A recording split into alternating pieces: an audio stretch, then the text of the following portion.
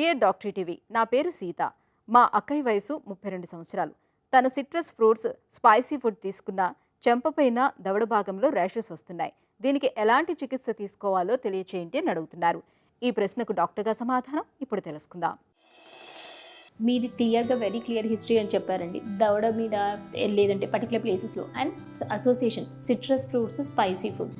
చాలామందికి అర్టికేరియాస్ అనే ప్రాబ్లం ఉంటుందండి. ఈ అర్టికేరియాస్ అనేవి రావడానికి మల్టిపుల్ రీజన్స్ ఉంటాయి. Starting from food or sometimes tablets వల్ల, కానీ సమ్టైమ్స్ ఫిజికల్ ఫ్యాక్టర్స్ అంటే కోల్డ్ టెంపరేచర్స్, హీట్ వల్ల, even pressure, vibration, stress, sweating, అలాంటి ఎక్సర్సైజ్ ఇండ్యూస్, ఇలాంటి డిఫరెంట్ రీజన్స్ ఉంటాయండి అర్టికేరియా రావడానికి. కానీ మీ కేసులో particularly you are very clearly able to identify the causes, citrus fruits and spicy food. అలాంటి సిచ్యుయేషన్ ఉంది అంటే definitely avoidance is the major treatment అండి. మనం ట్యాబ్లెట్స్ వేసినప్పుడు సిమ్టమ్స్ ఇంప్రూవ్ అవుతాయి, కానీ మళ్ళీ రాకుండా ఉండడానికి ఈ అర్టికేరియాస్కి major treatment avoidance. So avoidance గురించి మనం మాట్లాడాలి అంటే definitely in any form, not only in the form of juices, fruits, కానీ అవి అవాయిడ్ చేయడమే బెటర్.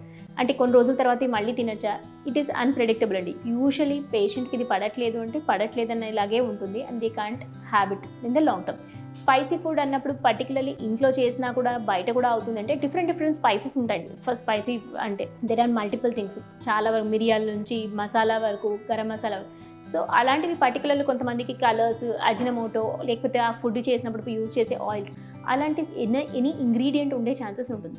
సో అలా ఏమైనా అనుకున్నప్పుడు ప్రాబబ్లీ ఫుడ్ అలర్జీ టెస్ట్ లాంటివి చేస్తే, అంటే ఎనీ స్పైసెస్ మనం పర్టికులర్లీ తెలిస్తే ఆ ఒక్కటి అవాయిడ్ చేయడానికి ఆప్షన్ ఉంటుంది. లేదు అంటే అదర్వైజ్ చాలా వరకు తన ఫుడ్లో మెనీ థింగ్స్ అవాయిడ్ చేయాల్సిన సిచ్యువేషన్ ఉంటుంది.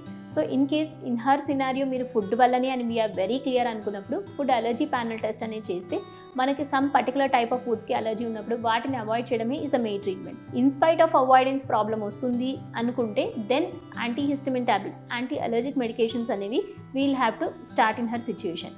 అండ్ సివియారిటీని బట్టి వన్స్ డైలీనా, ట్వైస్ డైలీనా డాక్టర్ సజెస్ట్ చేస్తుంటారు. And usually continuous therapy, probably for 1 to 2 months continuous therapy use చేసి తర్వాత యాజ్ అండ్ వెన్ రిక్వైర్డ్ బేసిస్లో షిఫ్ట్ అవ్వచ్చు. And particularly avoidance of these foods మీరు క్లియర్గా తెలిస్తే avoidance is definitely suggested and has to be done అండి.